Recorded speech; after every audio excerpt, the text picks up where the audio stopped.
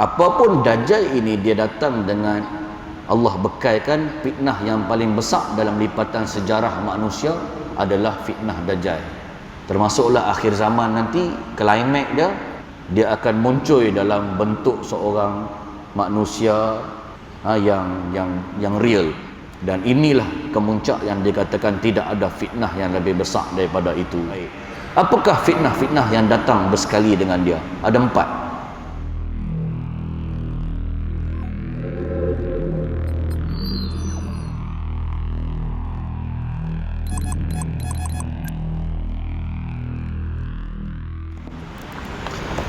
A'udzubillahi minasyaitonir rajim.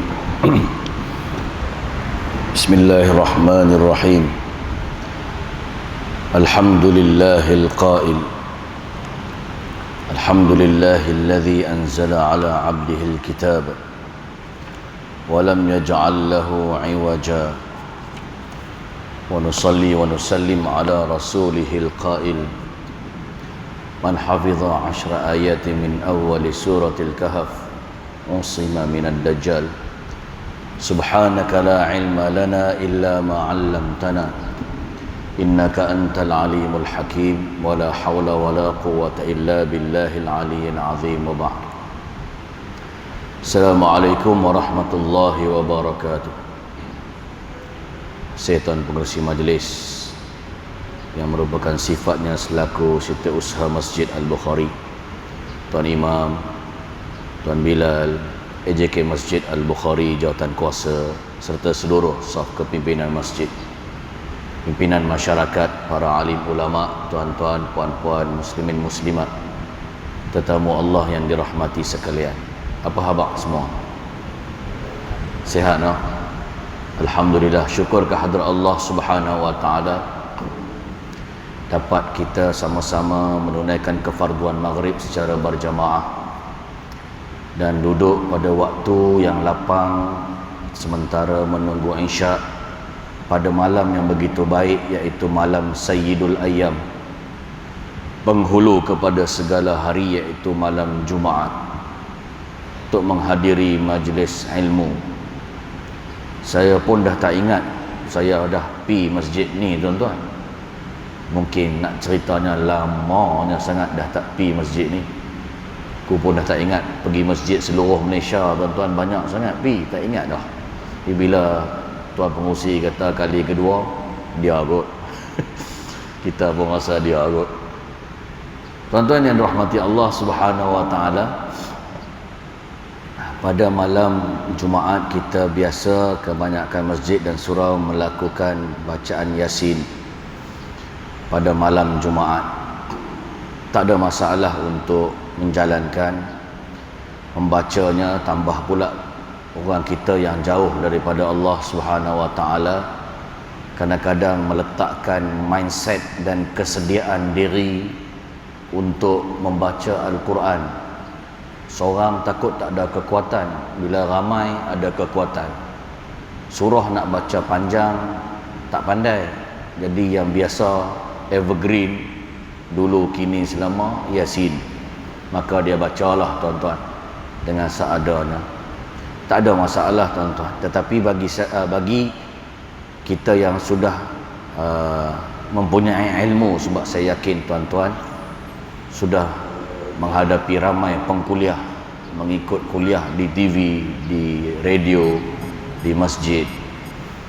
Apabila ada satu dalil yang menyatakan secara khusus tentang sesuatu perkara dengan bertembung dengan dalil secara umum, maka lebih afdal dan lebih baik diutamakan perkara yang khusus. Maksudnya dalam masa yang sama Nabi SAW mengkhususkan pada malam Jumaat ataupun siangnya, secara khusus disebut hari, malamnya ataupun siangnya, untuk membaca surah Al-Kahfi, sunnahnya.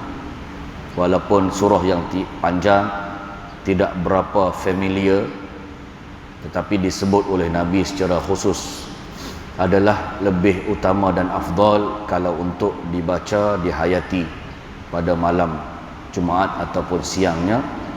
Bahkan hadis yang saya bacakan pada permulaan kuliah tadi disebut man hafidha 10 ayatin min awali suratil kahfi, wa fi riwayatin min 10 awakhir min suratil kahfi usima minad dajjal. Sesiapa yang membaca ataupun menghafaz 10 ayat awal daripada surah Al-Kahfi, selamat dia daripada fitnah dajjal.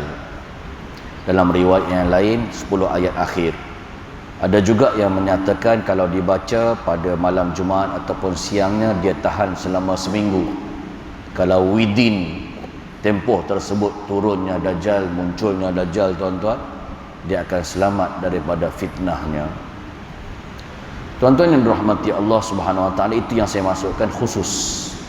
Bila ada khusus, di samping surah baca Quran, tak kira ayat apa termasuk Yasin, secara umum, khusus dengan umum, diutamakan khusus tanpa menafikan umum.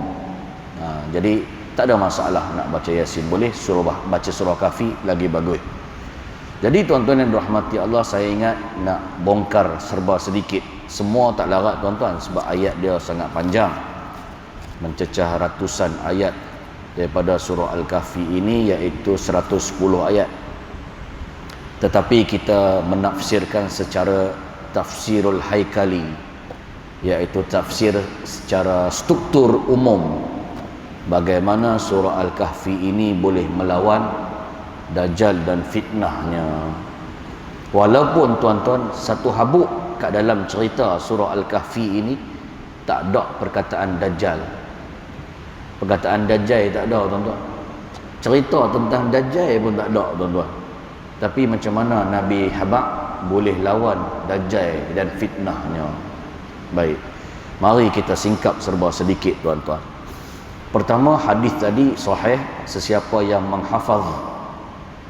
Hafaz ini tuan-tuan bukan hafal bahasa Melayu. Orang kita hafaz diterjemahkan hafal, hafal. Tuan-tuan, kalau hafal je tuan-tuan, ramai boleh hafal 10 ayat awal daripada surah Kahfi. Kan? Dia hafal, dia kata, aku boleh lawan dajjal ustaz. Dia mari aku jentik telok dia. Contoh, tak semudah tu tuan-tuan. Nak tengok tafsiran yang benar, yang betul, yang tepat, dia kena tengok kepada apa yang Nabi dan sahabat buat. Sebab itulah tafsiran yang paling dekat yang dimaksudkan oleh syarak, yang dimaksudkan oleh agama. Maka kalau merujuk kepada salafuna as-salih, sahabat-sahabat Nabi yang menterjemahkan maksud hafizah, menghafaz, dia bukan sekadar menghafal dalam bahasa kita, tapi dia membaca, menghafal, memahami, dan akhirnya mengamalkan.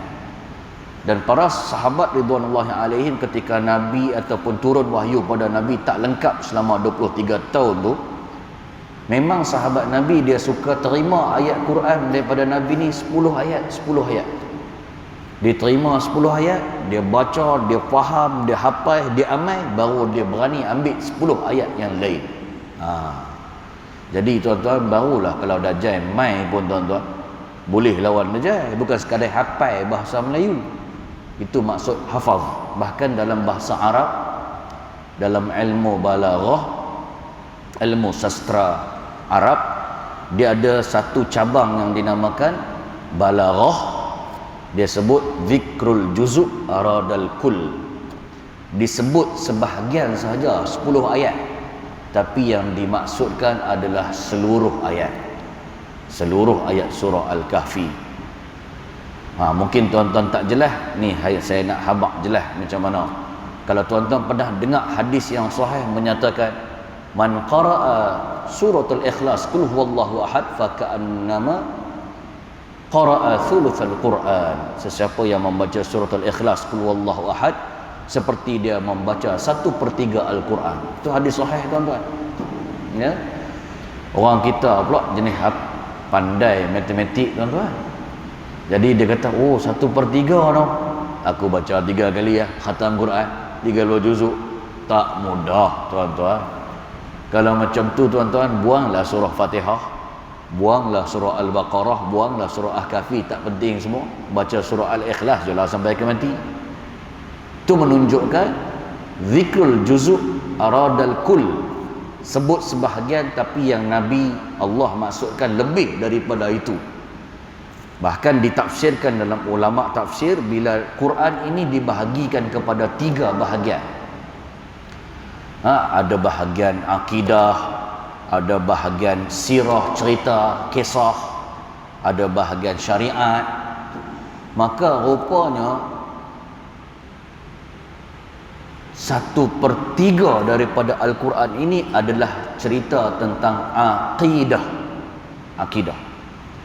Kesimpulan dan trailer pendek kepada cerita akidah satu Quran ini direngkaskan pada suratul Ikhlas. Qul huwallahu ahad, tu masuk 1/3. Apapun saya nak kaitkan dengan zikrul juzuk aradal kul, disebut 10 ayat awal tapi tak padan dengan 10, dia hanya trailer pendek. Kita perlu menghayati keseluruhan surah Al-Kahfi baru boleh lawan Dajjal dan tentera-tenteranya. Boleh tuan-tuan? Baik. Jadi tuan-tuan yang dirahmati Allah Subhanahu wa taala, walaupun saya habaq tadi tuan-tuan, dalam surah Kahfi tidak mempunyai seketui pun dalam ayat-ayat 110 semua ni cerita tentang Dajjal, baik perkataan Dajjal pun tuan-tuan, tetapi tang mana yang dia boleh lawan fitnah Dajjal dan tentera-tenteranya. Mari kita lihat struktur surah Al-Kahfi ini. Tuan-tuan, sebelum itu Dajjal ini tuan-tuan, dia datang sama ada tentera-tenteranya dan Dajjal yang betul yang akan muncul ke muncak dia. Dia datang dengan fitnah yang sangat dahsyat, yang besar. Tidak adalah nabi-nabi daripada semua nabi dan rasul yang diutuskan melainkan pernah mengingatkan tentang umat masing-masing, termasuklah Nabi Muhammad, tentang bahaya Dajjal. Maknanya cerita Dajjal ini cerita zaman Nabi Nuh dah ada tuan-tuan. Bahayanya fitnah tersebut, sehingga ada ulama-ulama yang menafsirkan juga, menunjukkan Dajjal ini dia adalah seseorang ikon yang jahat yang ada sepanjang zaman. Itu dia. Daripada manusia ditubuhkan pula wujud kat dunia ini tuan-tuan, sehinggalah hari kiamat. Itu sebab sama juga dengan maksud syaitan tuan-tuan. Kita bila sebut syaitan terbayang apa tuan-tuan? Pontianak harum, sambal bacaan, tuyul, kan, penanggai, apa lagi, semua adik-beradik jin tuan-tuan. Tetapi Quran mencadangkan pula, membayangkan dan menerangkan syaitan ini ada 2, syaitanul jin wa syaitanul ins. Syaitan daripada kalangan jin dan syaitan daripada kalangan manusia. So kalau ada orang kata hang setan betul hang, maknanya betul ada syaitan di kalangan manusia juga. Begitulah juga tuan-tuan, antara tafsiran-tafsiran banyak yang masih boleh diterima, bahawa fitnah Dajjal ini tuan-tuan bukan mesti seorang yang akan keluar akhir zaman, yang dikatakan bermata satu itu, yang menguasai keseluruhan kekuasaan yang begitu banyak.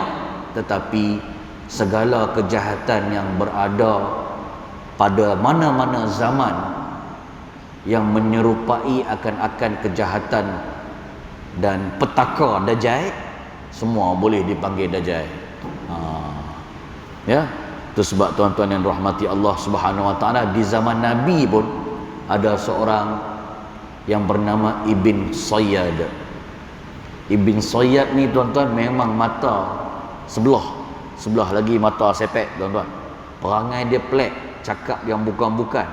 Ada orang nak pukul dia, sampai sahabat Nabi kata, ni ikut Dajjal. Nabi pun nampak, Nabi tak kata ya, tak kata tidak.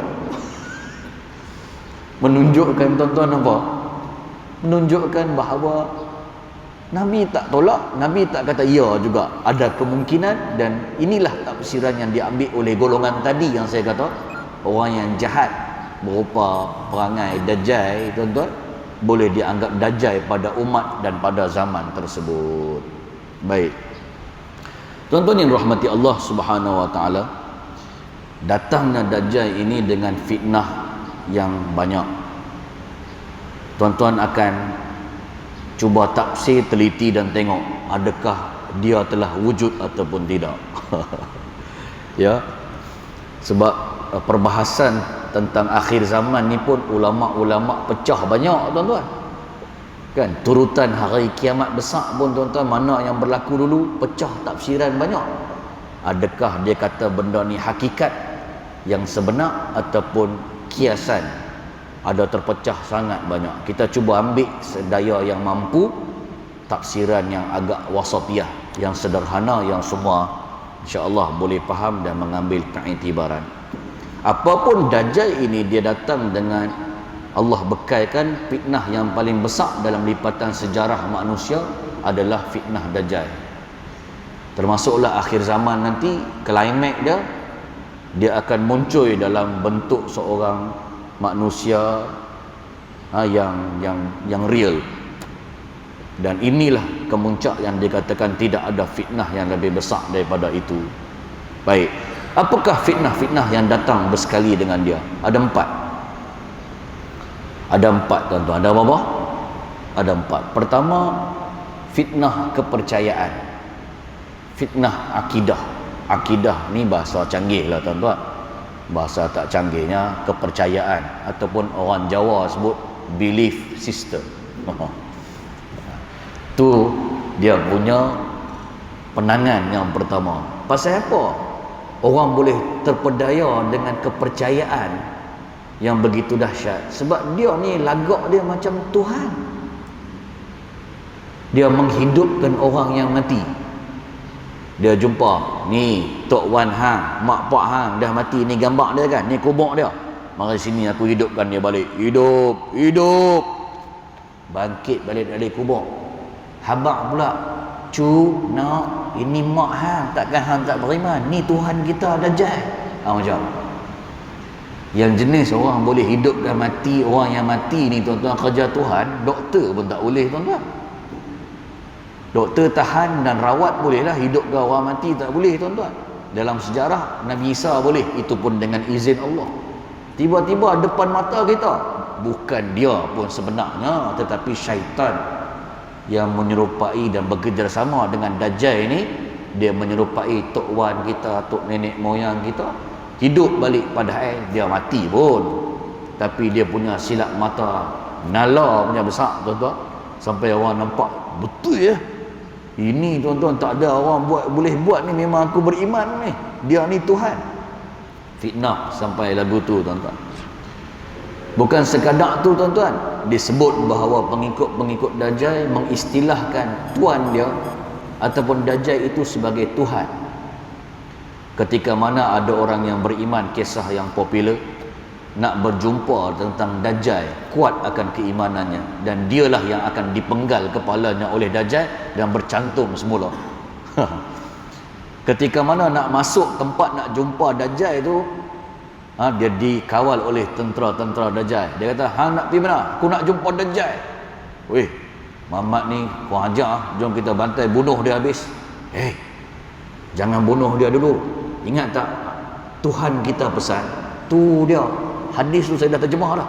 Tuhan kita pesan, Tuhan. Kalau ada orang yang nak jumpa dia, ciri dia macam ni, tahan dia, bagi dia jumpa aku. Masa tu, tuan-tuan, trending. Orang mengatakan, tuan-tuan, dia adalah Tuhan. Trending macam kat YouTube, cerita popular, semua orang kata dia Tuhan. Trending, dia menyatakan Dajjal itu Tuhan. Sampai dia boleh menurunkan hujan, tuan-tuan. Kerja turun hujan, tuan-tuan. Mana pernah, tuan-tuan, manusia boleh buat, tuan-tuan? Pembenihan awan pun, tuan-tuan, kos tu dia, tuan-tuan, juta. Keluarlah sejemput hujan. Ni tiba-tiba, tuan-tuan, boleh turunkan hujan. Pi dekat kuah Al-Ustaz, tuan-tuan, tengok kemarau. Contoh, tiba-tiba dia kata Al-Ustaz, banjir sungguh, tuan-tuan. Dia pi kat Selangor, tuan-tuan, dia tengok Selangor, tuan-tuan, apa? Dia kata Selangor kering, kemarau on the spot. Ada orang boleh buat lagu tu, tuan-tuan. Ni gila punya cerita, tuan-tuan. Maka ketika itu tuan-tuan, orang mengatakan dia Tuhan dan dia buat kerja-kerja macam Tuhan. Sebab tuan-tuan, dia juga ada syurga dan neraka. Tak pening dibuat kita cerita syurga neraka ni ke akhirat je, tapi Dajjal dah bawa satu lori besar. Dia dihabakkan begitu. Di atas lori besar tu ada syurga dan neraka. Siapa engkar kepada arahannya dicampakkan ke dalam neraka, versi Dajjal. Tapi bila masuk tak ada apa-apa. Siapa yang tuan-tuan kononnya tuan-tuan tidak engkar dimasukkan ke dalam syurga versi Dajjal, bila masuk rupanya sengsara pada hakikatnya. Maka ini kerja-kerja keimanan, kepercayaan. Tapi Dajjal datang dengan fitnah, ujian akidah dan kepercayaan yang besar. Maka ketika itu manusia goyang tuan-tuan, goyang. Itu fitnah pertama. Fitnah yang kedua tuan-tuan, Dajjal datang dengan fitnah harta. Tuan-tuan, manusia ni boleh gadai apa saja, yang penting perut jangan lapar. Betul tuan-tuan? Sampai ketika krisis makanan, ini pun dah ada dia punya bibit-bibit. Krisis makanan dunia. Banyak negara telah memberhentikan ekspor makanan-makanan penting masing-masing. Negara jiran kita, termasuk Indonesia, telah memberhentikan ekspor kelapa sawit. Negara pembesar gandum, pengeluar gandum terbesar dunia, Ukraine, juga telah memberhentikan ekspor dia. Baja terbesar dunia, Rusia, telah memberhentikan ekspor dia ke seluruh dunia, khususnya negara yang berkaitan dengan NATO dan Amerika. So tuan-tuan, krisis makanan teruk. Tengok ayam pun, Malaysia bukan kekurangan ayam, kita boleh ekspor lebih daripada apa yang sepatutnya. Ayam pun tuan-tuan tu dia habis dengan krisis makanan dunia tuan-tuan. Ketika itu tuan-tuan, sampai satu tahap manusia sanggup berbunuh-bunuhan. Kalau tuan-tuan ingat masa PKP dulu, sekarang dah endemik lah kan tuan-tuan. Cuma bila nampak pakai topeng banyak sangat ni, aku teringat lagi masa PKP. Tapi kita dah endemik dah tuan-tuan. Jadi masa PKP ni bekalan makanan orang nak keluar pun susah, kerja pun kena off, kuarantin sungguh penuh. Ketika tu orang berebut roti Gardenia. Ni Tan Sri Bahari punya orang ni. Orang bertumbuk tuan-tuan. Itu tuan-tuan belum lagi tahap lapar tuan-tuan. Tapi dia punya berebut roti tu, macam tak ada hari esok. Macam tak ada hari esok. Sampai satu tahap krisis dunia, mereka akan sanggup berbunuhan dengan jiran tetangga sendiri hanya kerana nakkan makanan. Kritikal tuan-tuan. Dia tanya, kau ada makanan tak? Kau ada roti tak? Ada nasi tak? Tak ada. Dia cakap tu jujur. Dia tak percaya tuan-tuan. Dia masuk rumah, dia tikam, dia nak cari makanan. Ni tuan-tuan, harta yang paling kritikal. Itu sebab tuan-tuan, kita ni negara perindustrian bagus. Tapi jangan ditinggalkan pertanian. Jangan bila dah tengadah baru nak buat perancangan. Nabi Yusuf 7 tahun nak menanam, lambat. Patutnya stok makanan negara sudah disediakan untuk unjuran lebih kurang 7 tahun ke hadapan masa susah, seperti mana yang telah Nabi Yusuf alami. Itu lebih efektif. Jadi sebab manusia kaya macam mana pun, dia tak makan batu Pak Long, dia makan nasi juga tuan-tuan. Jadi oleh sebab itu tuan-tuan yang rahmati Allah, harta yang paling berharga nanti akhir zaman, ketika mana Dajjal betul-betul dah klimak nak keluar nanti, adalah harta yang dinamakan makanan. Ketika itu tuan-tuan, fitnah makanan cukup besar. Tiba-tiba Dajjal datang dengan segunung roti ataupun gandum. Sebab Arab ni, gandum ni dikiaskan pada makanan asasi. Dia pi kat Banjaran Titiwangsa, dia kata Banjaran Titiwangsa tukar nasi Arab. Tukar nasi Arab sungguh tuan-tuan. Dia tak adalah kata nasi Arab, hadis yang benar tu dia sebut gandum tapi menunjuk makanan ruji. Bertukar sungguh tuan-tuan. Orang siapa kata tak nak dengar kata aku, hang kemarau, hang susah.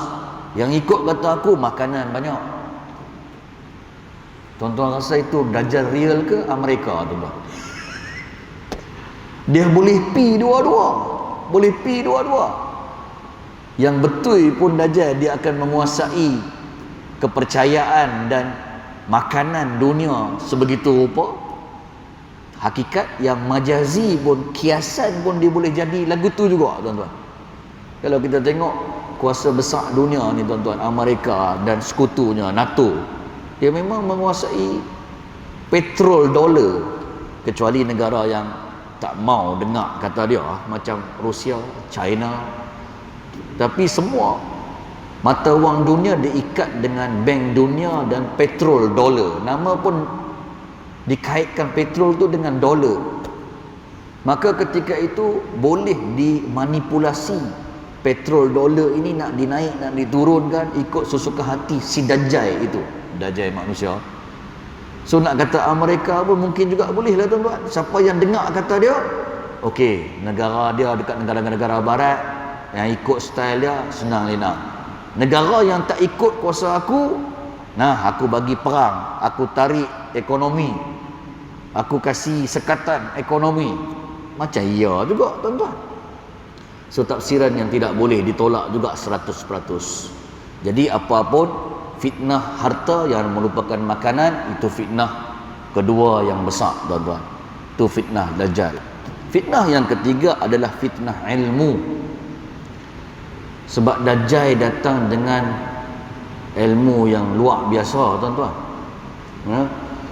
Dia selain daripada menghidupkan yang mati, dia ada juga ilmu yang cerita lelaki tadi tu. Dia kata, hang kena beriman dengan aku. Nampak pengikut-pengikut aku semua kata aku Tuhan. Tak, hang Dajjal.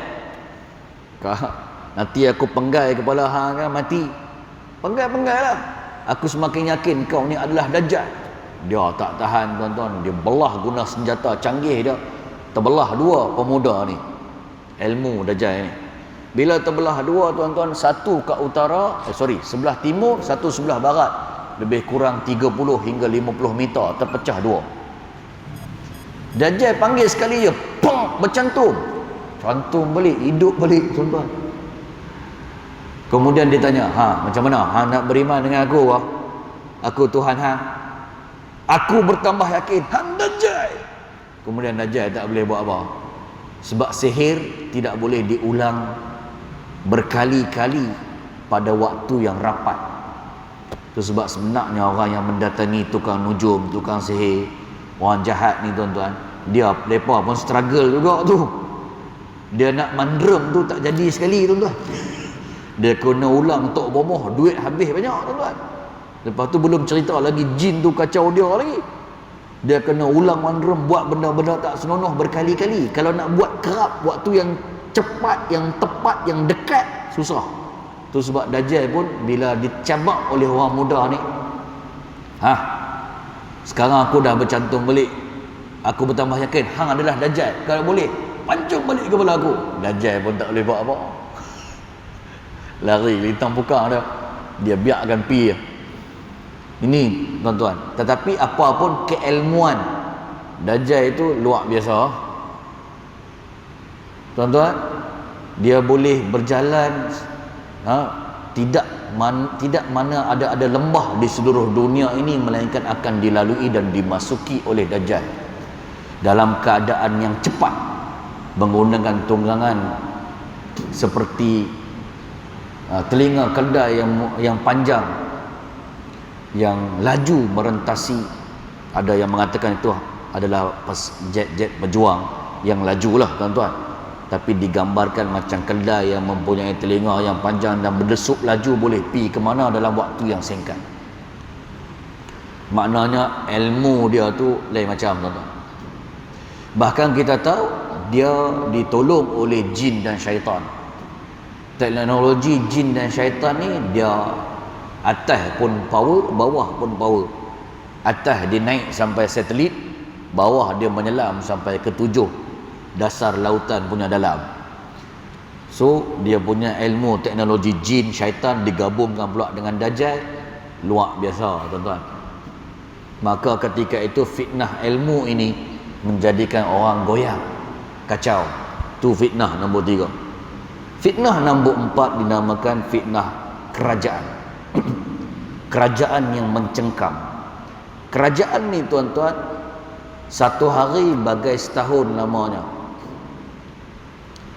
Hari kedua bagai sebulan lamanya. Hari ketiga bagai seminggu. Dan hari keempat adalah hari-hari seperti mana hari kamu. Tu maksud hadis yang saya terjemahkan.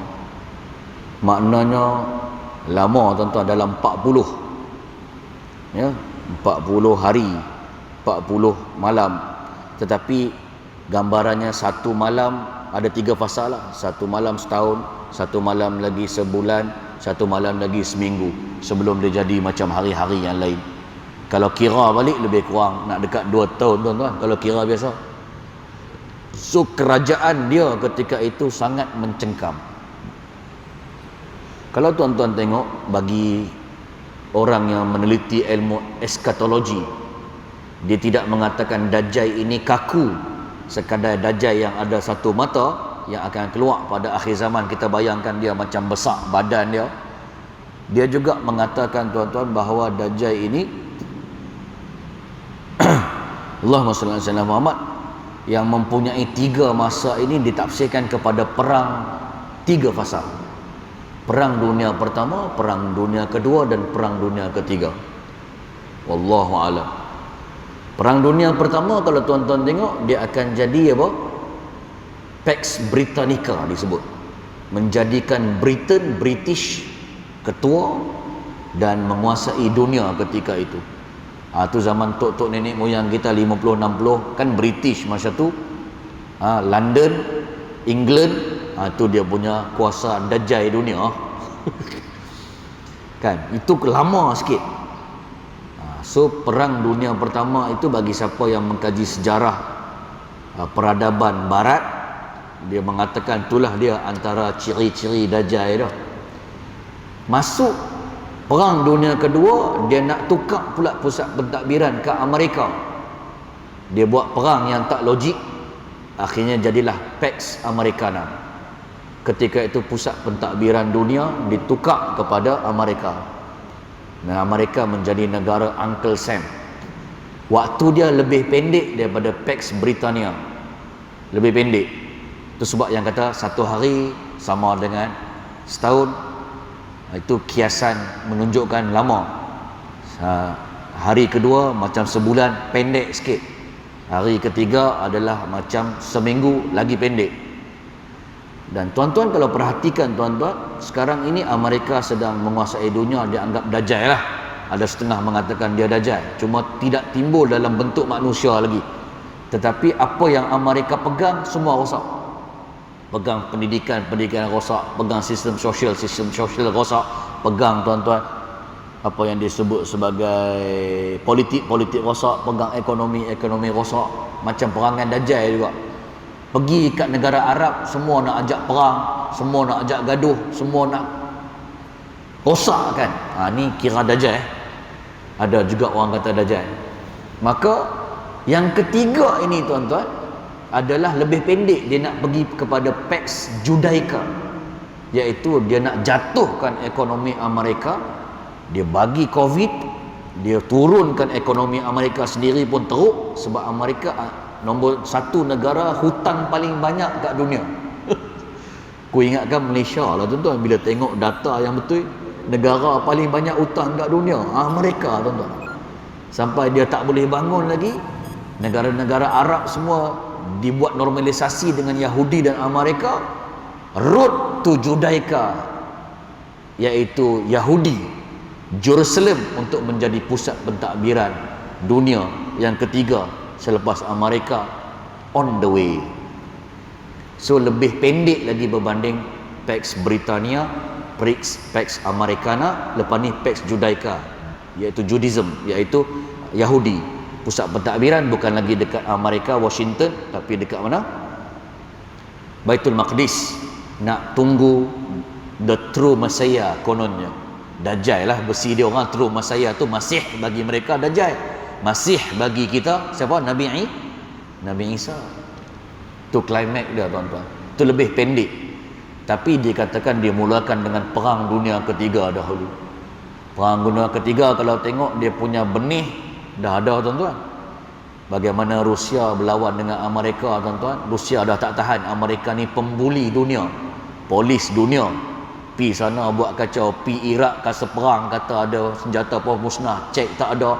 Buat pula 9/11 terbongkar pula bukan kapal terbang saja dibuat untuk menyerang negara-negara dan memomokkan Islamfobia.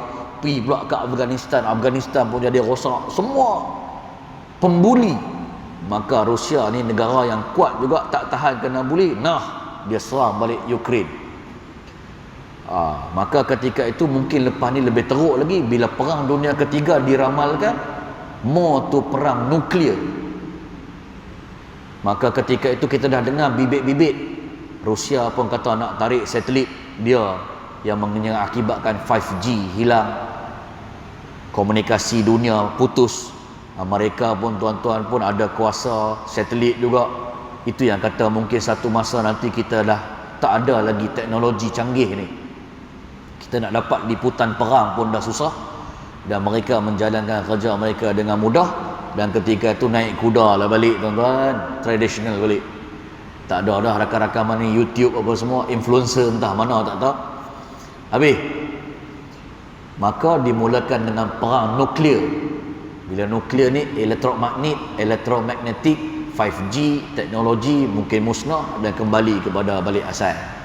Maka ketika itu road to Palestin dan Jerusalem semakin terang. Itu dia kata fasa ketiga. Wallahu alam.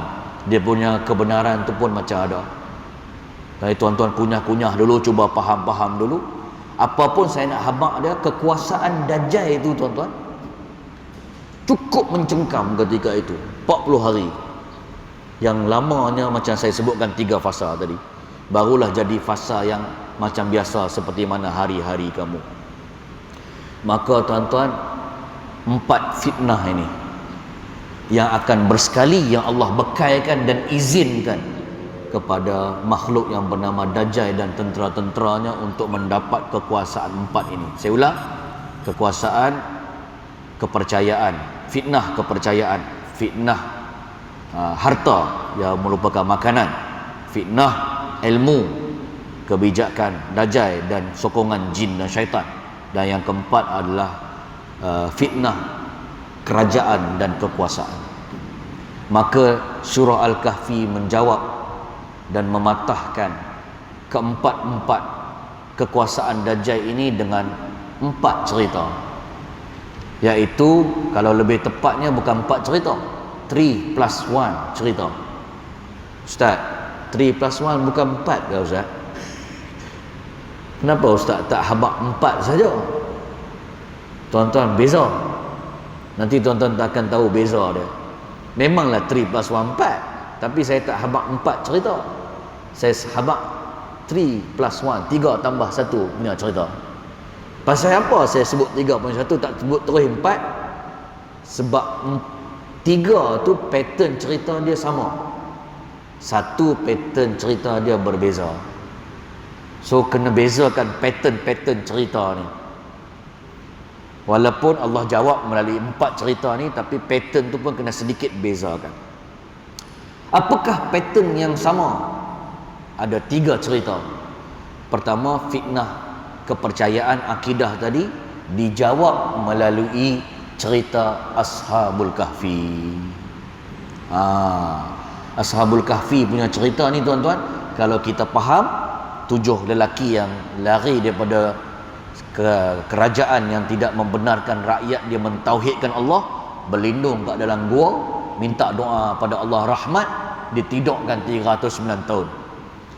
Kemudian jaga-jaga tak sedap, kita tidur sehari ke setengah hari ni, menunjukkan mereka tidur pun tak sedap. Lamanya, rupanya 309 tahun tuan-tuan. Pasal apa mereka rasa tak lama? Sebab cerita Israiliyat yang kita kadang-kadang pernah tertengok kat TV, mereka bangun tidur, kuku panjang, rambut beruban, kan, muka berkedut. Itu Israiliyat punya cerita, Bani Israel, Yahudi punya cerita. Tapi Quran sendiri membayangkan mereka tak rasa pun, tak ada tanda-tanda yang mereka ni tua, kuku jadi panjang, kulit jadi berkedut. Itu sebab bila mereka berdialog disebut apa? Yaum au ba'da yaum, sehari ataupun sebahagian hari, setengah hari kot. Maka ketika itu cerita ini tuan-tuan menjawab rupanya fitnah kepercayaan. Itu saya sebut secara rangka dulu, tak pergi dalam lagi, supaya tuan-tuan boleh faham. Nanti kita ambil salah satu di antara 4 cerita ni, ambil satu untuk sedikit dalamkan. Wallahu a'lam. Kemudian cerita kedua adalah cerita fitnah kedua, fitnah harta. Pattern yang sama juga menjawab, iaitu fitnah dijawab melalui fitnah harta ini pemilik 2 kebun. Pemilik 2 kebun ini adalah seorang yang kufur kepada Allah, tapi kaya.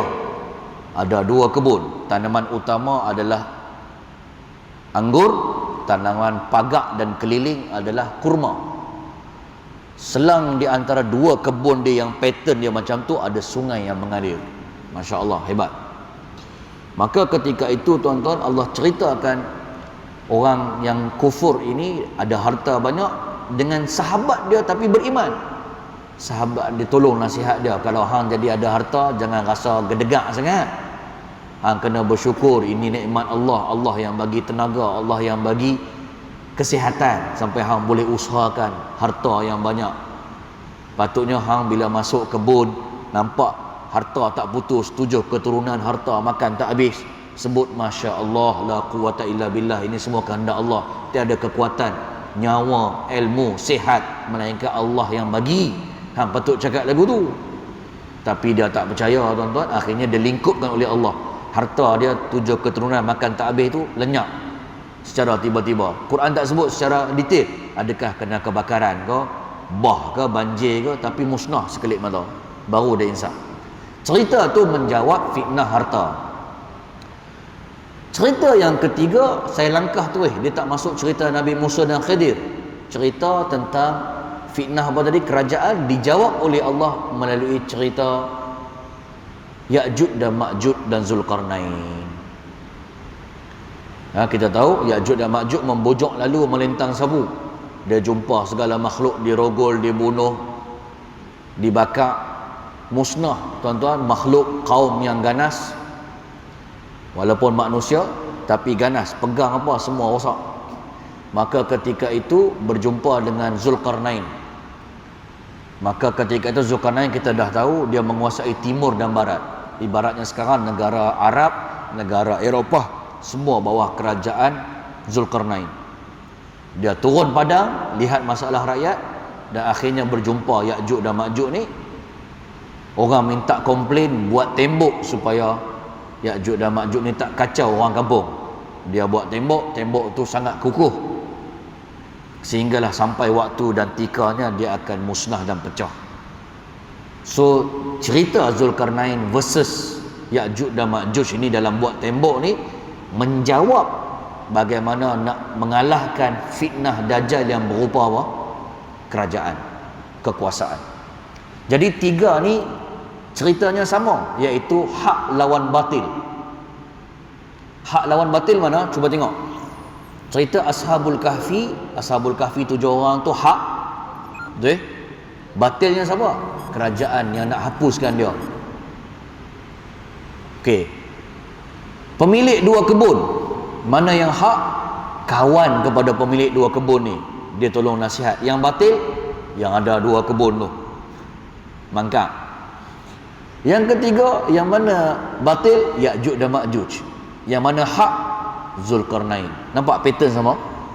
Betul? Itu sebab saya kata 3. Mana plus 1 dia? Plus 1 dia adalah cerita yang berbaki tadi, fitnah ilmu, dijawab melalui cerita Nabi Musa dan Khidir alaihimassalam. Kita tahu Nabi Musa dia rasa dia tinggi ilmu sebab Bani Israel sedang bertalaki kitab Taurat. Ada tak orang yang paling alim daripada engkau? Nabi Musa kata tak ada. Tuan-tuan, hadis ni sahih Bukhari. Walaupun Nabi cakap macam tu, hadis tu sahih, kita kena tafsir dan takwilkan balik. Sebab kita ada satu formula ahli sunnah wal jamaah, seluruh Nabi dan Rasul adalah maksum. Kalau ada bunyi macam riak, tak betul, kita kena takwilkan balik supaya jadi betul. Pasal apa tuan-tuan tak layak takabur ni bagi Nabi Musa? Pasal apa Nabi Musa kata lagu tu? Logik dia kata lagu tu. Sebab dia sedang mengajak kitab Taurat. Dia mengajak kitab Taurat ni firman daripada Allah. Jadi Bani Israel tanya, ada tak orang lebih alim daripada engkau? Nabi Musa masukkan tak ada tu. Tak ada tu sebab apa yang aku ajakkan tadi Allah dah habaq. Tak ada yang lebih alim daripada apa yang Allah kata aku telah sampaikan. Tak ada. Itu maksud dia. Pun begitu Allah nak ajak Nabi Musa untuk berguru dengan seseorang yang lain, yang diberikan tandanya kat mana nak jumpa, iaitu Nabi Khidir alaihissalam. So cerita Nabi Musa dengan Khidir yang tiba-tiba mereka berdua ni musafir, tuan-tuan, baginda berdua ni musafir, yang pecahkan tongkang ataupun kapal, kemudian bunuh budak kecil, kemudian bina rumah anak yatim tanpa mengambil upah. Tu kan ujian-ujian yang Nabi Khidir tak bagi tanya. Tu cerita dia. Menjawab sebenarnya fitnah ilmu yang dibawa oleh Dajjal. Dia kena faham ilmu yang dibawa oleh Musa dan Khidir. Cuma Musa dan Khidir bukan pertembungan hak dengan batil. Siapa berani kata Nabi Khidir batil? Assalamualaikum. Siapa berani kata Nabi Musa batil? Seluruh Nabi dan Rasul maksum. Nabi Musa pun betul, walaupun mata kasar nampak macam Nabi Musa salah dalam 3 ujian yang berlaku tu, bermusafiran tu. Tapi tak, kedua-duanya betul. Nak cerita tu panjang pula tuan-tuan. Tapi kesimpulannya Nabi Musa dengan Khidir bukan hak lawan batil. Dia adalah prinsip ilmu yang lengkap untuk melawan fitnah Dajjal dari sudut ilmu. So 3 tambah 1, 3 plus 1, 4. 3 pattern hak lawan batil, 1 pattern bukan hak lawan batil. Sebab Nabi Musa dengan Khidir bukan berlawan, dia lengkap, melengkapi lawan. Maka ada 4 fitnah datang dengan 4 cerita, maka lengkaplah untuk melawan Dajjal itu sendiri. Habis tuan-tuan cerita. Itu tafsir haikali, struktur macam mana gambaran boleh melawan Dajjal. Kita masuk sikit je tuan-tuan daripada 4 cerita tu. Petiklah satu. Takut kempunan tuan-tuan, nak petik semua tak sempat masa pula. Iaitu cerita yang pertama, sehingga dinamakan surah yang kita bahaskan tadi adalah surah Al-Kahfi. Kita pun nak petik sikit cerita Ashabul Kahfi. Baik, sebelum tu main secawan. Minta maaf tuan-tuan, makmum tak boleh minum dah. Bismillahirrahmanirrahim. Mana jam? Tak ada jam dah. Jam aku pun dah mati. Oh, sikit lagi. Dalam 10 minit. Boleh ke tuan-tuan? Dihabakkan tuan-tuan malam ni habis kuliah pukul 12. Tuan-tuan boleh tunggu? Tunggu-tunggulah, aku nak balik. Baik, sikit lagi tuan-tuan. Maka tuan-tuan yang dirahmati Allah Subhanahu Wa Taala, 4 cerita tadi, 3 plus 1, 3 tambah 1 cerita tadi, dalam masa yang sama, walaupun pattern dia tadi tuan-tuan dah tahu beza, ada 3 tu apa, 1 tu apa, dia juga Allah letakkan struktur dia tu sama, iaitu mengikut Said Qutb dalam tafsir dia Fi Zilalil Quran. Seluruh surah Al-Kahfi membetulkan 3 sistem nilai bagi manusia, 3 lapisan bagi manusia. Okey. Sebab saya kena terangkan tiga ni baru tuan-tuan faham. Rupanya manusia ni tuan-tuan, yang tuan-tuan nampak perkataan dia, perbuatan dia, percakapan dia, tindakan dia, semua tu sebenarnya baru 15%. Tetapi ramai orang terpedaya dengan 15%. Baki daripada 15% berapa tuan-tuan? 85%. Patutnya orang tengok dan kaji 85% itu. Tapi disebabkan benda tak nampak, orang lupa 85%.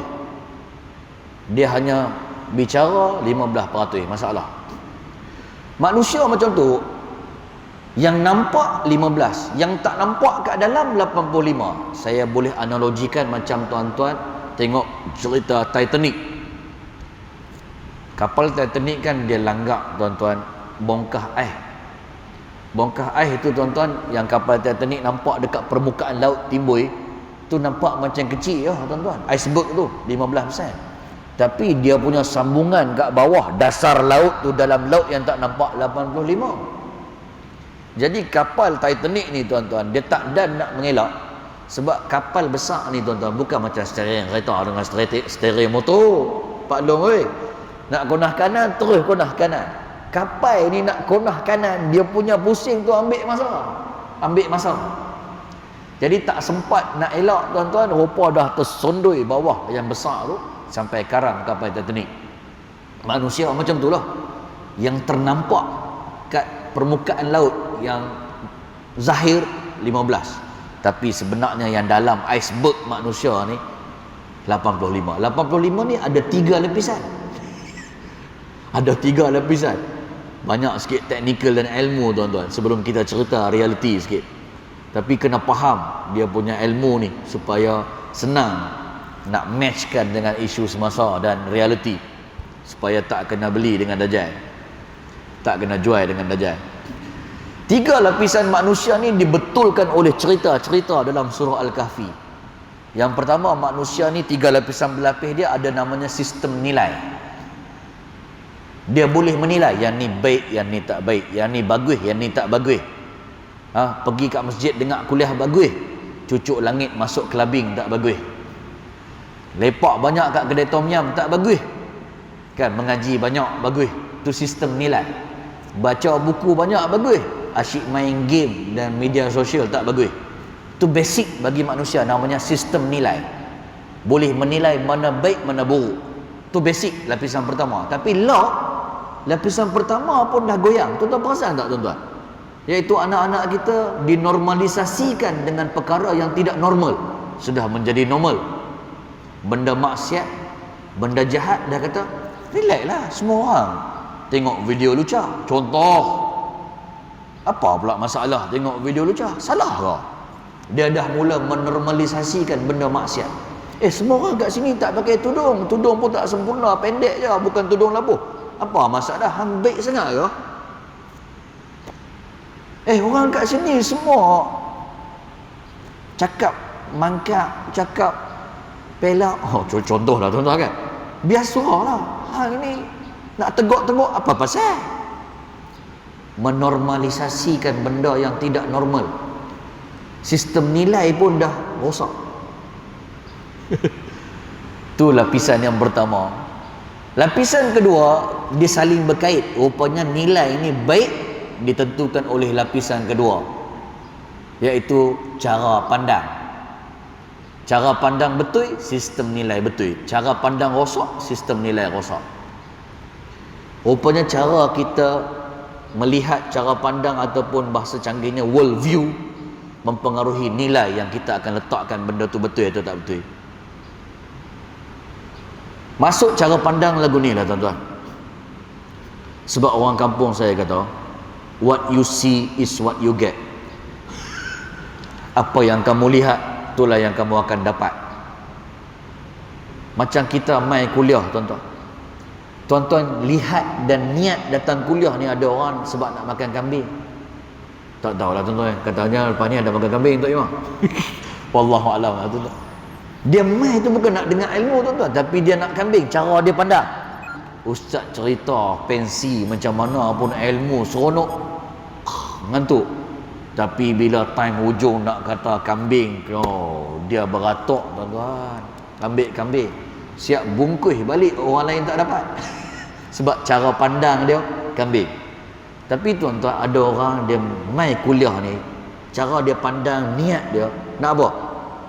Nak tengok lawak terkini, Maharaja lawak. Apa lawak ustaz yang best ni aku nak dengar? Dapat model baru cerita kelakar. Jadinya tuan-tuan, ustaz cerita ilmu, dia buat mengantuk kambing, dia tak beratok. Tapi time lawak, dia catik lawak, bukan ilmu tu. Time lain mengantuk, time lawak segar. Sebab cara dia pandang begitu, maka tindakan dia pun begitu, hasil yang dia dapat begitu. Tapi ada orang ketiga tuan-tuan, dia main tuan-tuan nak ilmu sungguh. Ustaz buat lawak, dia muka ketat. Ada makan kambing, dia tak datang. Tapi time ada ilmu, benda baru, tak cukup kertas nak catat.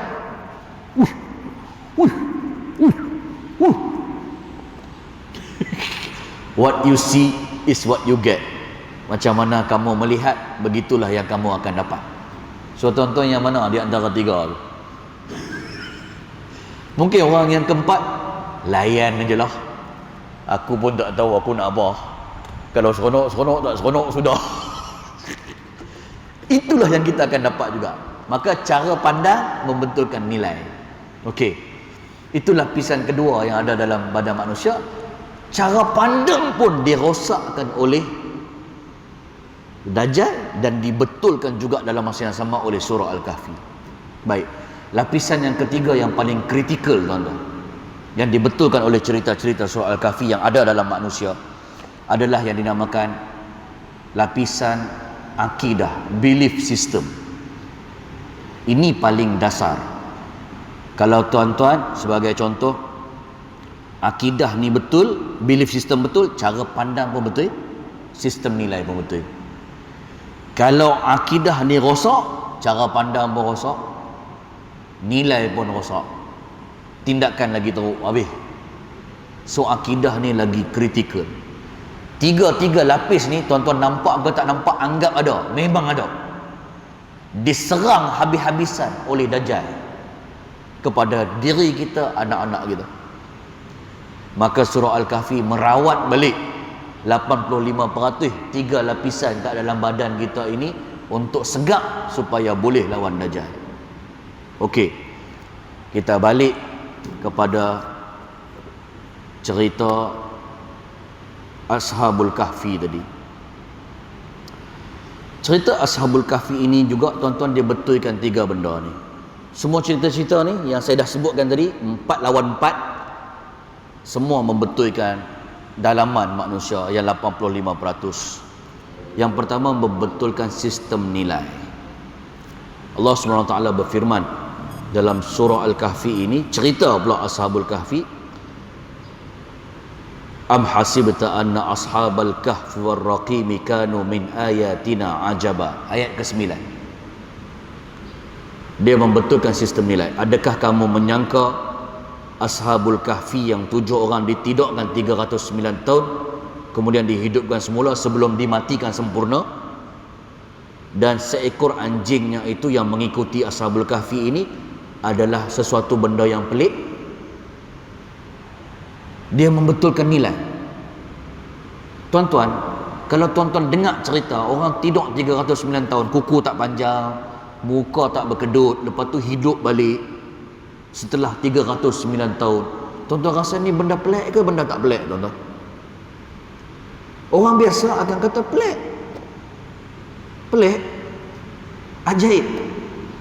Tetapi tiba-tiba Ashabul Kahfi betul kan? Dia kata tak pelik. Adakah kamu menyangka Ashabul Kahfi yang 7 orang ditidakkan ni bersama anjing dia 309 tahun adalah satu benda yang ajaib dan pelik? Allah cabak balik. Dah, dia lawan. Berlawan-berlawan, kita kena sejahterakan balik supaya kita juga cakap tak pelik. Sebab sekarang ini tuan-tuan, pemuja benda ajaib dan benda pelik sangat ramai. Orang kagum kepada benda pelik dan ajaib, tapi orang tak kagum dengan pencipta benda ajaib. Betul tuan-tuan? Siapakah pencipta benda ajaib? Allah. Tetapi orang tak kembali kepada Allah. Allah manusia dia hanya berhenti pada benda ajaib. Okey. Pemuja benda ajaib ni tuan-tuan sangat bahagia, mudah dibeli oleh Dajjal.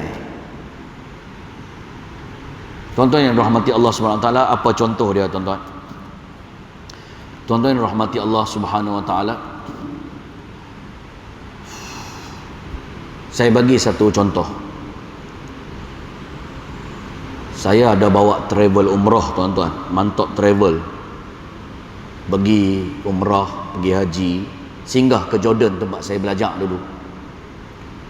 Bawa pula orang utara sebahagian tu. Singgah dekat Ashabul Kahfi punya gua kat Jordan. Walaupun gua Ashabul Kahfi ni ada khilaf, ada yang kata kat Syria, kat Mesir, kat Jordan, kat Sepanyol pun ada. Tetapi yang mengikut naik turun matahari yang paling dekat adalah kat Jordan. Wallahu a'lam. Tak apa. Ketika saya jadi mursyid mutawif, saya pun habaqlah kepada jemaah. Bila naik bas itu sebelum sampai tu, tuan-tuan dan puan-puan, tak lama lagi kita akan pergi ke gua Ashabul Kahfi. Tujuh orang yang pemuda yang ditidakkan selama 309 tahun, kemudian dihidupkan semula sebelum dimatikan Allah sempurna kerana lari mempertahankan akidah di dalam gua daripada sebuah kerajaan yang tidak membenarkan rakyatnya untuk beriman kepada Allah. Semua orang rasa suspend. Saya pun kata, tuan-tuan, ada banyak tempat khilaf, tapi dikatakan yang paling dekat adalah di tempat yang kita akan sampai sebentar lagi. Semua suspend tuan-tuan. Bila sampai kat tempat gua Ashabul Kahfi turun tu, ada seorang makcik tanya kat saya tuan-tuan, "Ustaz, ni ke gua yang sahabat kata tadi? 7 pemuda tidur 309 tahun tadi. Ni ke Ustaz?" Saya kata, "Ni lah makcik oi, awak." Dia tak percaya, dia tanya 2 kali. "Ustaz, ni ke gua yang sahabat kata ada 7 orang pemuda tidur 309 tahun, Allah tidurkan dia tu, kemudian hidup balik tu?" Saya kata, "Ni lah makcik oi, awak." Dia ambil tuan-tuan DSLR kamera, dia ambil bagai tak cukup tanah nak ambil kamera. Kecekik, siap selfie dengan aku. Kecekik. Masalah tuan-tuan, bagi saya masalah. Ini nama contoh pemuja benda ajaib. Kagum kepada benda ajaib, tak kagum kepada pencipta benda ajaib, iaitu Allah. Patutnya tuan-tuan, orang yang macam tu dia kata, "Ustaz, ni ke gua yang sahabat kata 7 pemuda tadi?" Saya kata, "Ni lah makcik oi." Ya Allah, besarnya kekuasaanmu. Selama ni aku dengar je cerita kat dalam Ashabul Kahfi, lah aku dapat jejak tanah tengok sendiri. Sujud syukur. Ni selfie tak habis. Tuan-tuan, dalam kita nak terjemahkan ilmu pemuja benda ajaib ni dalam ilmu kepenggunaan, ada tak? Ada. Lah ni ramai orang terpedaya dengan testimoni. Ni ilmu kepenggunaan. Testimoni ni ajaib ke tak ajaib tuan-tuan? Pelik ke tak pelik? Pelik. Contoh kopi, kita ambil mudah lah kopi. Ada seorang makcik ni dia pegang kopi. Makcik dah nak potong kaki semenjak minum kopi ni tak jadi nak potong kaki. Belilah yo. Contoh. Kita pun kata, "Ui, beli kopi ni. Boleh menghilangkan kencing manis, darah tinggi dan menambah tenaga MJ malam Jumaat." Makcik ni pula buat video tuan-tuan, dia tak jadi nak potong kaki. Kita berebut sebab testimoninya macam tu. Nanti dulu, dia kena doktor sahkan kat kopi ni di klinik dengan ujian klinikal. Memang ada bahan menghilangkan sakit jantung, kencing manis dan boleh menambah tenaga malam Jumaat, barulah boleh percaya. Sebab tuan-tuan, bimbang tuan-tuan, kita akan diperdayakan dengan benda ajaib. Kepenggunaan Pak Mantelo, kalau tuan-tuan tengok, Pak Mantelo ni kalau zaman dulu ajaib tak ajaib? Skim cepat kaya. Sekarang bahasa mudahnya apa tuan-tuan? Scammer lah tuan-tuan. Tuan-tuan keluar harian Metro muka depan, 60% yang terpelajar, polis kata terpedaya dengan skema dan benda ajaib. Dia tak sebut benda ajaib lah, saya tambahlah. Skema ni kan menjanjikan bulan bintang, menakut-nakutkan. Dia pun terpedaya, yang terpelajar tu 60%. Sebab apa? Benda ajaib. Sepatutnya kita, tuan-tuan, benda-benda ajaib ni termasuk testimoni, skema, Pak Mantelo, skim-skim cepat kaya, testimoni produk. Nanti dulu kita letak break. Bukan tak boleh kagum pada benda ajaib, boleh, tapi seadanya. Tapi lebih kagum kepada pencipta benda ajaib, Allah, satu. Kedua, saya nak tegaskan, kalau nak percaya dan iktiraf benda ni pun ajaib, jangan mudah terpedaya hanya dengan dakwaan dan testimoni, trending, ramai cakap. Tapi disebutkan dan dibetulkan cara pandang dan cara fikir. Laula ya'tuna alaihim bisultanin bayyin. Ayat selepasnya, ayat ke-15. Hendaklah datang kepada mereka bukti yang nyata, bisultanin bayyin, baru boleh percaya. Maknanya kalau kopi tadi, doktor kena sahkan dengan secara klinikal di makmal yang bertauliah, yang memang ada bahan boleh menghilangkan kencing manis, sakit jantung, baru boleh percaya. Skema-skema ni kita kena tahu. Tak boleh mana-mana LHDN, polis, telefon dan minta nombor akaun dan sebagainya, minta surat mahkamah dan sebagainya hanya melalui telefon dan suruh bertindak. Tak ada, mesti ada ilmu. Kodak kita akan kena scam. Bukan mesti ramai benda ajaib trending, tuan-tuan. Trending adalah bentuk-bentuk benda ajaib. Sebab Dajjal pun datang dengan trending. Majoriti trending, ramai yang buat. Tetapi adakah Dajjal walaupun boleh jadikan syurga dan neraka, itu dan ini, menghidupkan orang mati, adakah kita nak percaya dia Tuhan? Mestilah tukar cara pandang. Bisultanim bayyin, dengan bukti yang nyata. Tuan-tuan, negara kita pernah jatuh kepada sebuah negara, negeri pun boleh jatuh hanya kerana dengan Dajjal punya permainan, trending, percaya kepada media sosial. Tuan-tuan merasakan benda tu pada PRU ke-14, disebabkan trending dan semua rasa macam bagus, semua kali negara jatuh, negeri pun habis. Faham tak faham ni, tuan-tuan? Dajjal pun datang dalam bentuk trending. Tak boleh dia main ikut-ikut viral, dia mesti bisultanim bayyin. Ni cerita realiti satu lagi. Ada seorang makcik ni, makcik lagi, sebab memang pengikut Dajjal yang banyak perempuan. Bukan diskriminasi. Sampai dipesan oleh Nabi, kalau ada isteri dan anak perempuan, tolong ikat mereka. Bukan tanda kita benci, sebab sayanglah, sebab takut dia ikut Dajjal.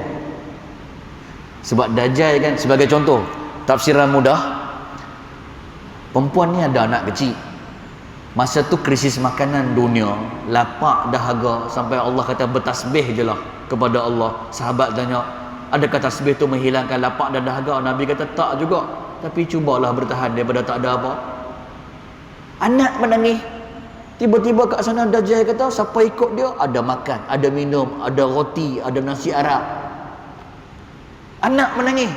Bang, tak apalah ikut Dajjal, tak tahan tengok anak ni. Macam tu, sebab suruh ikat wanita. Begitu juga anak-anak perempuan khususnya. Sebab memang tuan-tuan dibuat kajian, dua golongan ini, kanak-kanak dan wanita khususnya, adalah golongan yang mudah terpedaya dengan marketing. Marketing yang trending ini di media sosial, pembeli Lazada dan Shopee 90% adalah wanita. Dibuat kajian, orang membeli bukan dengan ilmu, orang membeli dengan cita rasa dan perasaan. Sebab lelaki ni kalau suruh beli, buat tak tahu, tukar sofa tak nak, tukar langsir tak nak, tak ada keperluan. Susah nak suruh lelaki ni shopping. Kalau isteri minta suami shopping, nak teman, Allah, stres lelaki ni sebab dia beli apa yang perlu ya. Perempuan ni membeli dengan emosi. Emosi ni mudah dibeli oleh Dajjal. Tak apa. Maka cerita benak perempuan yang saya nak cerita tadi, dia ni tahajud tak tinggal, alhamdulillah. Sembahyang duha bagus. Dalam masa yang sama dia business woman. Tapi lagi dia dekat dengan Allah, tiba-tiba lagi merodom bisnes dia, lagi merodom bisnes dia, lagi merodom bisnes dia. Daripada dia berdoa minta kepada Allah, dia bertukar doa ugut Allah. Macam dia kata, ya Allah, lagi aku dekat dengan kau, lagi kau bagi aku merodom bisnes. Kalau kau betul maha berkuasa dan bijaksana, tunjukkan kekuasaanmu. Macam kurang sangat kekuasaan kat dunia ni, yang Allah tunjukkan langit, bumi, saintifik, nyawa, macam kurang. Dia terpaksa nak tengok benda ajaib. Ni saya kata pemuja benda ajaib ni, tunjukkan kekuasaanmu. Masa tu syaitan masuk, tuan-tuan. Lepas dia doa, dia tidur malam, dia mimpi ada seorang yang dia dakwa, perempuan ni dakwa lah, Jesus Christ, Nabi Isa, tuan-tuan. Kononnya dia datang dengan jubah putih, janggut putih, tuan-tuan, bersinar-sinar warnanya, tuan-tuan, suruh masuk Kristian, tuan-tuan, agama yang menyelamatkan kamu. Terjaga daripada tidur, dia murtad betul, tuan-tuan. Jadi Kristian, tuan-tuan, lepas dia murtad, betul bisnes maju. Cerita benar, tuan-tuan. Saya tak sebut nama, tak tempat kat mana. Tuan-tuan, adakah daripada cerita tadi pengajaran moral of the story, marilah kita murtad berjemaah? Tak. Betulkan cara pandang. Jangan percaya dengan benda ajaib, tetapi dengan ilmu. Sebab tuan-tuan, dari sudut ilmu, mana boleh hujah dalam Islam ni dibina atas apa? Mimpi. Tak boleh. Mimpi pun ada 3. Mimpi daripada Allah. Biasanya mimpi orang-orang baik, orang-orang soleh, mimpi yang elok-elok. Kedua, mimpi yang tidak baik daripada syaitan, mimpi yang seram, mimpi yang menakutkan, ugut, kan, mati, seram. Ni syaitan. Yang ketiga, mimpi psikologi. Dah hari-hari beli nasi lemak dengan mak janda tu, confirm keluar dalam mimpi.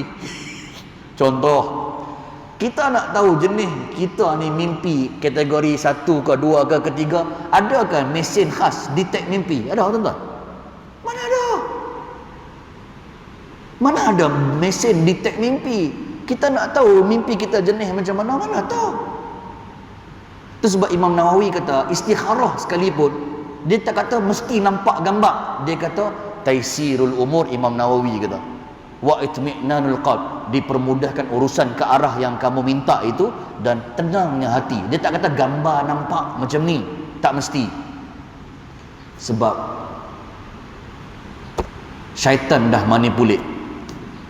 Sebab nak sangat benda ajaib, akhirnya betul dapat kononnya benda ajaib, kita pun tak tahu mimpi tu entah baik ke tak baik ke, mungkin syaitan juga. Macam kes orang-orang saka, tuan-tuan. Saka, tahu saka?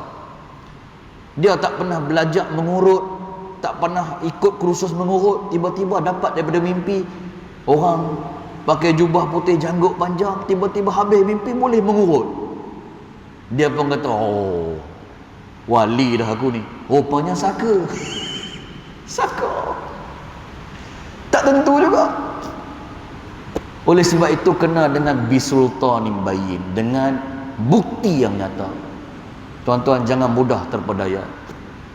Itu sebab tambah pula zaman media sosial, tuan-tuan. Tengok isu vaksin, tuan-tuan, cukup. Habis kuca lana Malaysia. Seorang cakap main agak-agak teori konspirasi, seorang ada bukti.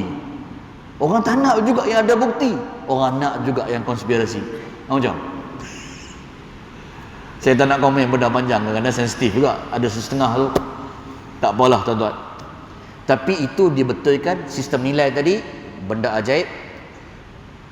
Jangan berhenti pada benda ajaib, tapi berhenti kepada pencipta benda ajaib. Yang kedua, mestilah kalau nak benda ajaib pun, beriman pun dengan bukti yang nyata. Tuan-tuan, pemuja benda ajaib ni banyak bentuk. Kalau tuan-tuan ingat, ombak tsunami membentuk kalimah Allah. Ingat dulu, awan bentuk kalimah Allah, pokok yang rukuk. Tuan-tuan, saya bukan pertikaikan benda tu, itu sebahagian kekuasaan Allah. Tu saja, berhenti kat situ. Tapi kita tidak boleh jadikan itulah satu-satunya bukti kekuasaan Allah. Tak boleh. Sebab lepas ni tuan-tuan, awan membentuk kalimah Allah. Lepas ni kalau awan bentuk salib, macam mana? Mari kita murtad berjemaah. Begitu. Tuan-tuan, tak payah nak tunggu awan bentuk kalimah Allah. Dari sudut ilmunya, kalau saintis tengok kaji tentang langit dan penurunan hujan, orang orientalis barat yang tak ada agama pun boleh masuk Islam syahadah kerana ilmu. Tuan-tuan, tak payah tunggu ombak tsunami bentuk kalimah Allah. Ilmu oceanografi, ilmu kelautan tu, kalau saintis kaji, dia tengok kebesaran Allah kait dengan Quran, mengucap syahadah, tuan-tuan. Itu baru ilmu yang genuine. Barulah tak mudah dibeli oleh dajjal yang betul ataupun dajjal buatan. Ni satu lagi cerita, boleh kan? Ingatkan 10 minit, terlama pula sikit lagi, tuan-tuan. Tuan-tuan, saya zaman tsunami, kalau yang Aceh apa semua tu 2014 ke, tuan-tuan? Ke 2004? Aku tak ingat dah. Lama dah, tuan-tuan. Orang kampung mak saya dekat, nak sebut dekat ni payah pula, nanti orang teka pula, tuan-tuan. Tapi tak apalah.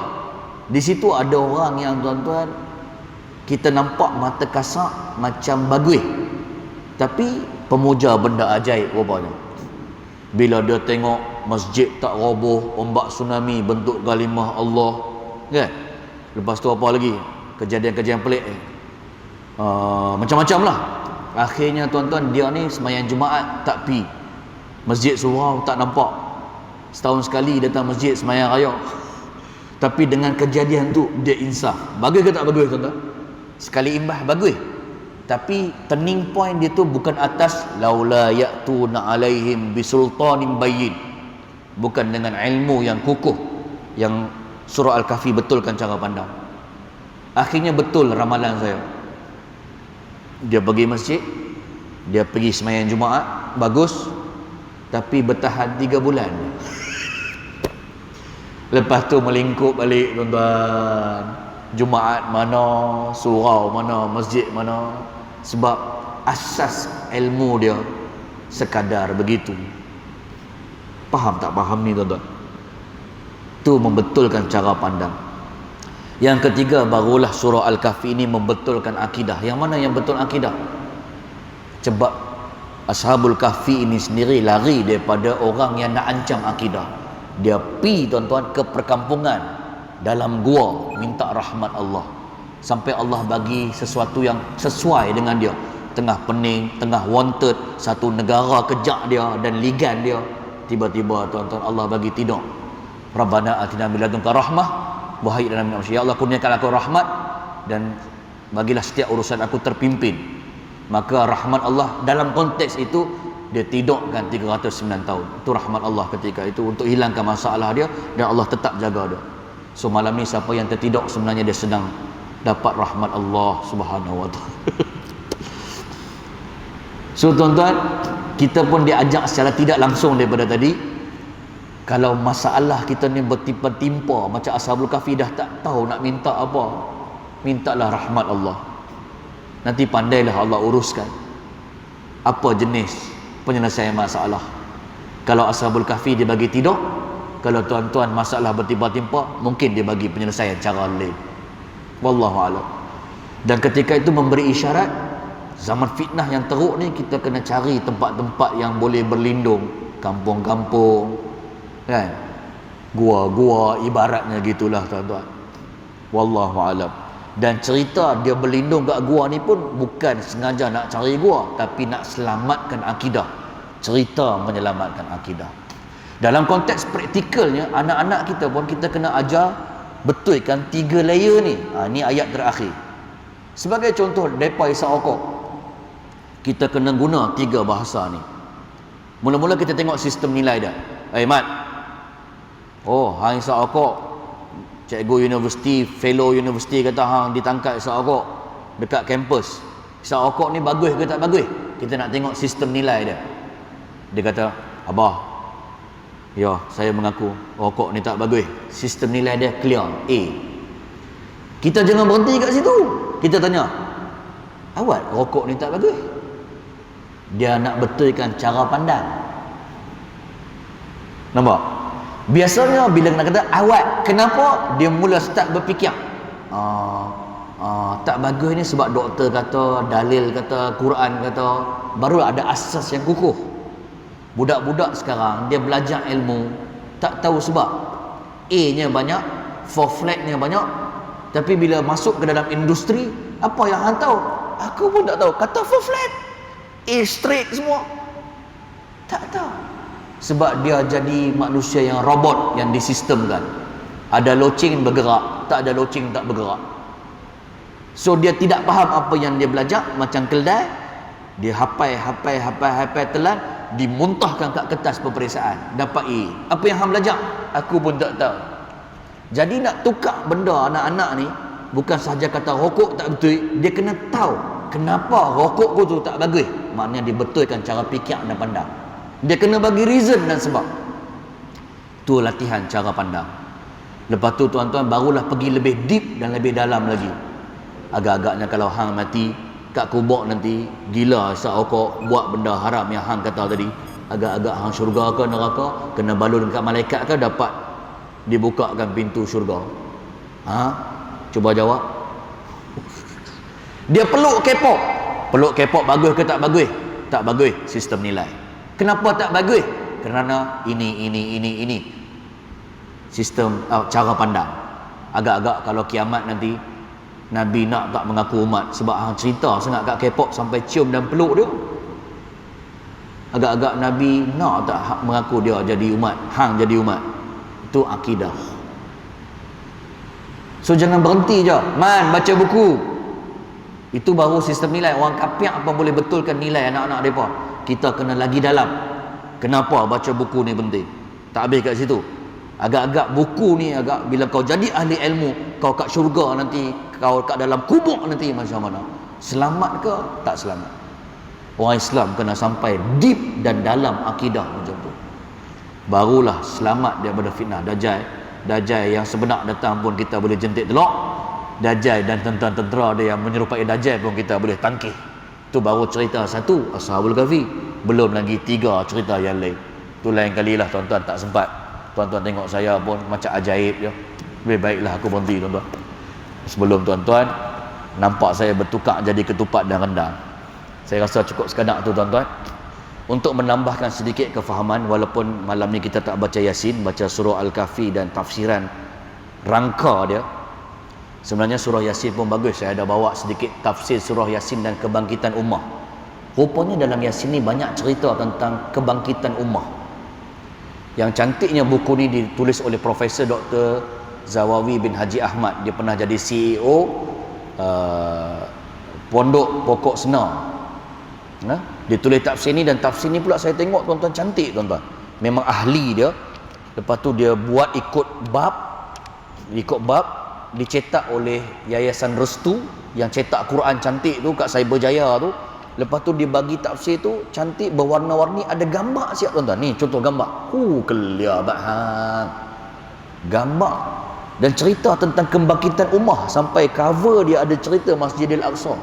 Antara saya cerita sikit kat dalam ni, dia kata ketika mana komunis dulu, Jepun dulu tak daftar ataupun kuasai tanah Melayu, ketika tu orang semua down.